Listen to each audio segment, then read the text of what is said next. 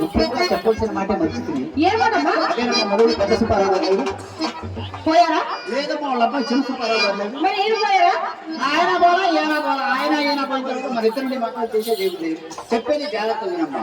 పెద్ద సుబ్బారావు గారు అబ్బాయి చిన్న సుబ్బారావు గారు ఈ పూట మన వీధిన 4-5 మార్లు తిరిగినాడు. ఏదైనా వ్యాపార నిమిత్తం తిరిగారా? అదేం కాదమ్మా, మన ఇళ్ళకి వచ్చే వాళ్ళందరికీ ఏ జబ్బు ఆయన కాదట్లేనమ్మా. ఏం చెప్పమ్మా? వినమ్మా.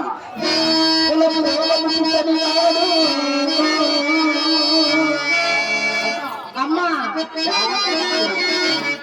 అక్షరం పోతే లక్షలు పోయినట్టమ్మా.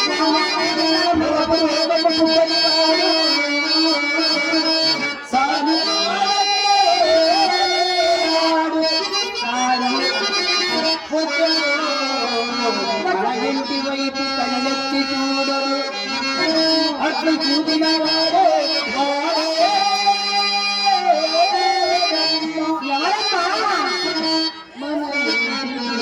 మన ఇంటి వంటకులే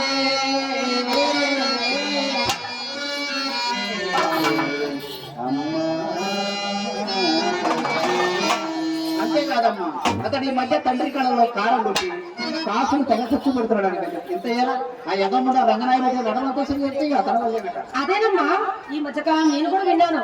ఆయన సంబంధ రంగనాయకే పెడుతున్నాడని తెలుసుకొని మొన్న మేజవానికి వెళ్ళామే, నువ్వు నేను చిత్ర.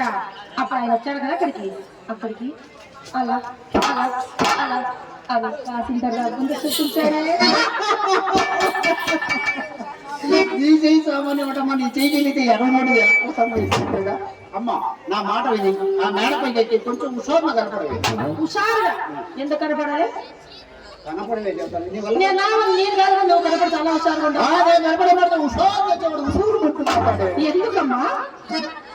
అయిపోయిన ముసలిదాన్ని కదంటే 60 సంవత్సరాల వయసు కలదాన్ని. అందువల్ల అమ్మ ఎలా కనపడాలో చెప్తారమ్మా. చెప్పమ్మా. కానీ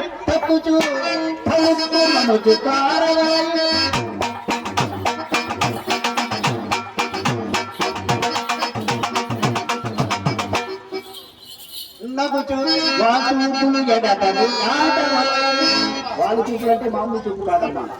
మన చూపు పడిందంటే 60 ఏళ్ల ముసలుడైనా సరే కానీ 6 ఎకరాల పొలం అమ్మాయి మన ఇంటికి రావాలి. అవును, ఎలా చూడాలో చూపిస్తా చూడమ్మా. చూడమ్మా పోయిన తర్వాత నీకు ఎవరు చూస్తారు? అలాగన్నది ఏమన్నా మొన్న కరోనా పోవాల్సిన ఎంత జాగ్రత్త అవుతుంటాము. ఈ కాలు చేతి మీద చెయ్యి. ఎందుకమ్మా కాలు చేతి మీద చెయ్యి? చెప్తాను జాగ్రత్త. ఈ కన్ను ఈ 3 ఒకేసారి పనిచేస్తే నాకు కష్టం కాదు. ఎలా పనిచేస్తాయమ్మా 3 ఒకసారి? నేను చూపిస్తా చూడమ్మా. ఈ కాలు చేతి మీద చెయ్యి, కంటికలు చూడాలి. అలా చూడాలమ్మా. సరే ఏదమ్మా ఒకసారి దగ్గరమ్మా.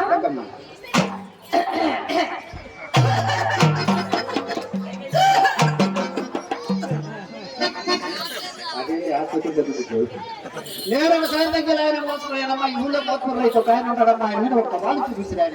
ఆయన వాళ్ళంతా కూడా వస్తున్నాడు. మన ఇల్లు పక్కింటికి ఏమైనా పోతాడంటే నీలాగా గట్టిగా తగిలించాడు.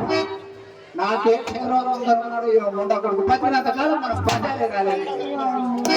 మధ్య తేడా రాదు. సరే కానీ పొద్దున బజార్కి చిన్నమ్మాయి చిత్తరాలు ఏం చేస్తే అమ్మా రామ్మ రా ఇక్కడ రాజకీయం చేయాలంటే రాజ్యాంగం సాగడం అమ్మా